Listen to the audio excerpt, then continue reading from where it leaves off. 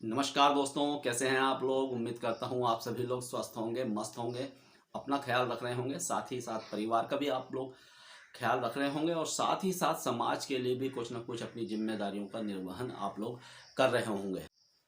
दोस्तों, जिस प्रकार से हमने देखा है कि मैंने एक रिपोर्ट पढ़ी है अभी।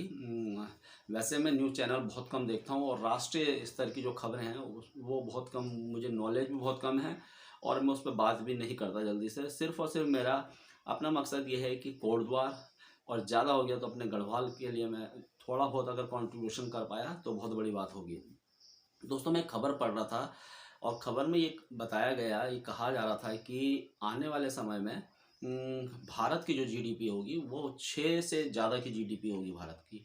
और रूस को उन्होंने माइनस में बता रहे थे क्योंकि रूस इस प्रकार लगातार युद्ध, अभी आपने देखा होगा कल परसों फिर रूस ने यूक्रेन पर बहुत सारे गोलाबारी की है, वहाँ पर बहुत सारे बम बरसाए हैं। तो रूस की जीडीपी को माइनस में बता रहे थे और चाइना को 4 से ऊपर की जीडीपी उन्होंने दी थी। अमेरिका उससे कम था, फिर दूसरी ब्रिटेन, फ्रांस, ये सब कम थे। तो कहीं ना कहीं एक बहुत बड़ी बात है हम सभी भारतवासियों के लिए। और नरेंद्र मोदी नरेंद्र मोदी को मैं मानता हूँ। इसलिए मानता हूँ क्योंकि उन्होंने, जैसा आपने देखा होगा कि मैं अगर क्रिकेट की बात करूँ, मैंने क्रिकेट हमने बहुत खेली है, तो क्रिकेट की बात करूँ तो क्रिकेट में मेरा all time favourite Sourav Ganguly है। सौरव गांगुली बैटिंग तो जो थी, लेकिन जो उनकी कैप्टनसी थी, वो जब उन्होंने कैप्टनसी संभाली, कप्तानी उन्होंने जब भारतीय क्रिकेट टीम की संभाली थी, तो उस समय मोहम्मद अजरुद्दीन और जडेजा, इन दोनों पर आरोप लग रहे थे, सट्टेबाजी के आरोप लग रहे थे। जडेजा उस समय मोहम्मद अजरुद्दीन कप्तान थे और भारतीय क्रिकेट टीम कहीं ना कहीं बहुत हाशिए पर थी। जब उन्होंने कप्तानी संभाली तो जो मोराल बिल्कुल डाउन था और बहुत सारे लोग कहीं ना कहीं वो क्रिकेट से विमुख होते जा रहे थे। जो प्रशंसक थे, जो फैन थे, वो विमुख होते जा रहे थे। सौरव गांगुली जब भारतीय क्रिकेट टीम में आए तो उन्होंने आंख से आंख मिलाकर लड़ना सिखाया, आंख से आंख मिलाकर खेलना सिखाया। ऑस्ट्रेलिया की क्रिकेट टीम हो, इंग्लैंड हो, साउथ अफ्रीका हो, दूसरी क्रिकेट टीम हो, वो मुझे उनकी जो कैपेबिलिटी और वो जो उनका जो रूप था, उससे पहले भारतीय क्रिकेट टीम में किसी भी कैप्टन ने इस प्रकार से नहीं दिखाया। तो उन्होंने दिखाया कि क्रिकेट ऐसे खेली जाती है और उस समय भारतीय क्रिकेट टीम को उन्होंने नई ऊंचाइयों पर भी छुआ था। वर्ल्ड कप में ये और बात है कि भारत जो है रनर अप रहा था जब सौरव गांगुली कप्तान थे, और मुझे तो ऐसा लगता था कि सौरव गांगुली डिजर्व करते थे भारतीय जो क्रिकेट टीम का जो वर्ल्ड कप है वो जीतने के लिए। खैर, कोई बात नहीं, हर किसी को हर चीज़ नहीं मिलती है और सौरव गांगुली ही वो शख्स थे जिन्होंने मोहम्मद कैफ, युवराज सिंह, आप महेंद्र सिंह धोनी, ऐसे बहुत, आर अश्विन और ऐसे बहुत सारे नाम उन्होंने भारतीय क्रिकेट, जहीर खान, अजीत अगरकर, आशीष नेहरा, उन्होंने बहुत बड़े बड़े नाम उन्होंने उस समय दिए हैं और एक युवा टीम उन्होंने बनाई थी।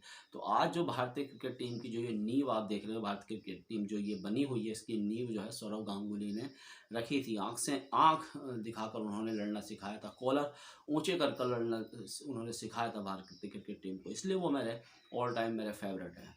उसी प्रकार से नरेंद्र मोदी जब से आए हैं तो उन्होंने बहुत सारे काम किए, इस पर कोई दो राय नहीं है।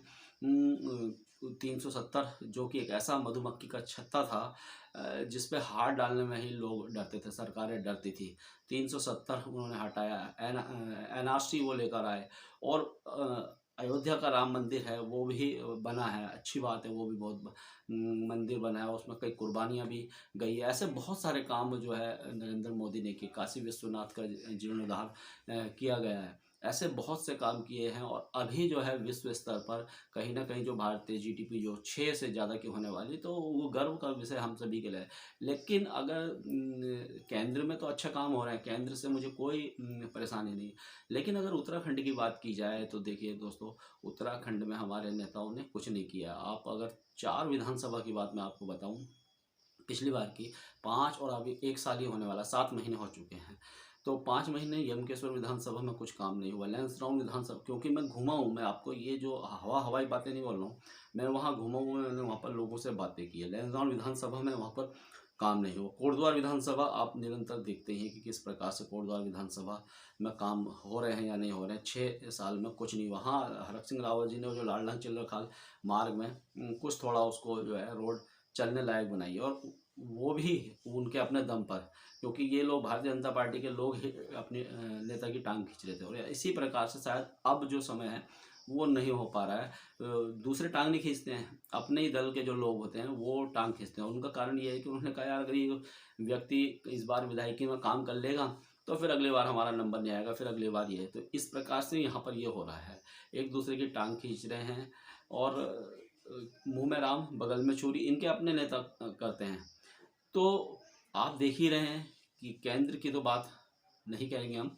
जो यहाँ पर उत्तराखंड में बिल्कुल काम नहीं हुआ। चारों विधानसभा, चौबट्टा खाल विधानसभा में सतपाल महाराज, इतना बड़ा नाम है यार, इतना बड़ा नाम है, करोड़ों अरबों रुपए की संपत्ति है, चौबट्टा खाल का वो विकास नहीं कर पाया सतपाल महाराज जी। अगर आप चौबट्टा खाल का कुछ विकास कर पाते तो आप मुख्यमंत्री की कुर्सियां देख रहे हैं, मुख्यमंत्री की कुर्सी कुछ तो कीजिए।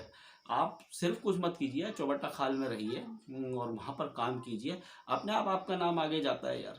काम को ही सलाम किया जाता है। योगी आदित्यनाथ को देखिए आप ना, उनसे सीख लीजिए, उन्होंने काम किया ना। आज उनको अपनी कुर्सी से अभी एक बार हटाने की उनकी साजिश चली थी, आपने देखा होगा, सुना होगा।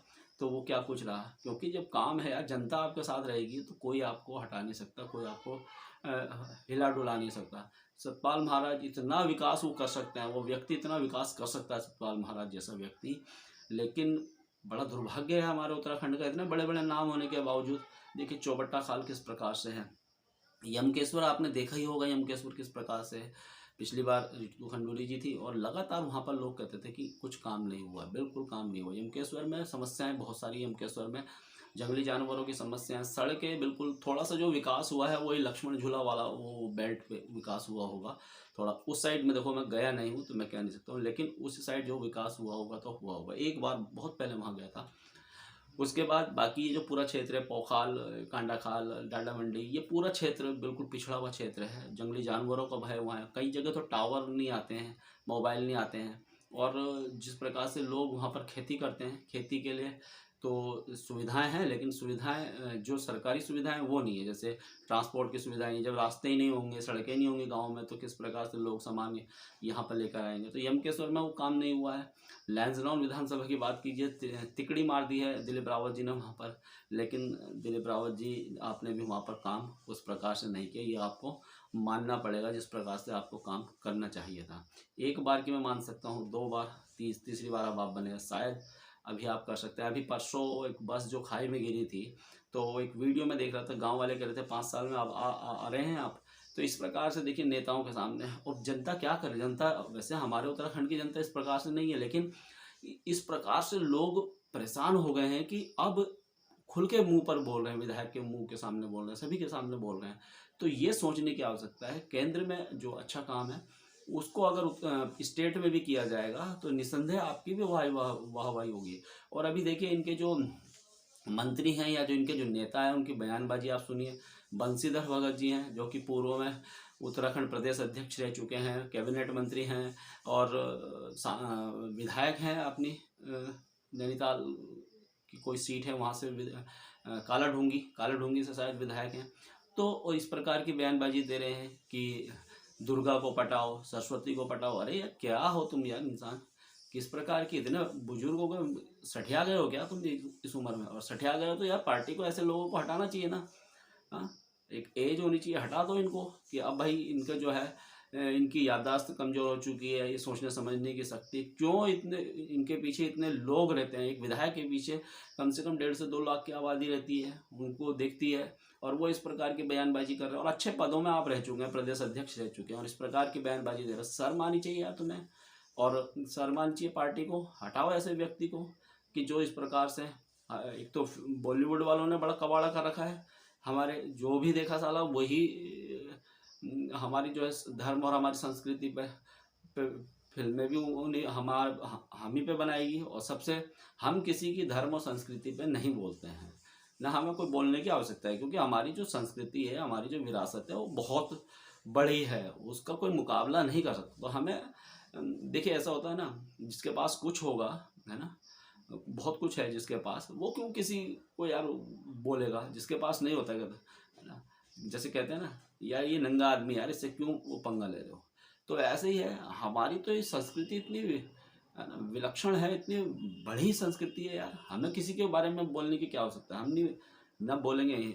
लेकिन जिसको देखो वो मुंह उठाए चल देता है, बोल देता है। अब ये बंशीधर भगत जी हैं, ये क्या हो तुम यार, तुमने इतने साल क्या किया, मतलब आज बुढ़े बुजुर्ग हो गए तुम इतने, तुम इस प्रकार के बयान, तुमको सोचने समझने की शक्ति है कि नहीं है, कुछ सोच वो समझते हो कि नहीं, या वैसे ही बस पता नहीं कैसे ये कहा जा, मैंने सुना है कि प्रधान से और अब इतने बड़े नेता ये बन गए हैं। तो इन सब से बचने की आवश्यकता है और भारतीय जनता पार्टी को। और मुझे ऐसा लग रहा है कि जैसे इनको घी हजम नहीं हो रहा है, कि इस बार तो इन्होंने सोचा नहीं था कि सरकार यहाँ पर बनेगी, बन गई। योगी जी आ गए थे, 3-4 सीटें यहाँ पर कवर हो गई। देहरादून शायद, नैनीताल में क्या रीजन रहा होगा, क्यों ये लोग जीत गए होंगे, मुझे नहीं पता है। लेकिन काम के आधार पर तो अगर मैं कहूँ तो यार ये बिल्कुल भी काम इन्होंने नहीं किया है। और शायद ये इनके कुछ ज़्यादा ही भाव इनके जैसे बढ़ गए हैं, ये अपने आप को कुछ ज़्यादा ही सोचने लगे हैं कि इस प्रकार से जो इनको उम्मीद नहीं थी कि इस प्रकार से सरकार बनेगी, और उसको वो शायद ये पचा नहीं पा रहे। तो भाई लोगों, भारतीय जनता पार्टी, खासकर उत्तराखंड की हमारी जो भारतीय जनता पार्टी है, पाँव जमीन पर रखो, है ना, जमीन पर पाँव रखो। ऊपर ही ऊपर देखोगे तो कुछ नहीं दिखेगा, नीचे देखोगे सब कुछ दिखेगा, है ना। अभी आपके एक नेता आप देख ही रहे हैं कि वहाँ पर यम केशवर हमारी बेटी बहन के साथ इस प्रकार से, क्या है, मतलब इनको मुझे लग रहा है कि इनके दिमाग कुछ ज़्यादा ही खराब हो गए हैं। तो इस पर लगाम लगाने की आवश्यकता है। ये ना हो कि आप आज 2 से इतनी सारी सीटें आप ले आए हैं और कहीं फिर 2 पे ना चले जाओ आप लोगों के कारण, है ना। तो मोदी जी का नाम लेते हो, योगी आदित्यनाथ का नाम लेते हो, तो उनके जैसे कर्म भी करो। तो दोस्तों, बस इस वीडियो में इतना ही। कमेंट करके अपनी राय जरूर दीजिएगा। तब तक के लिए धन्यवाद। जय हिंद, जय भारत, जय उत्तराखंड।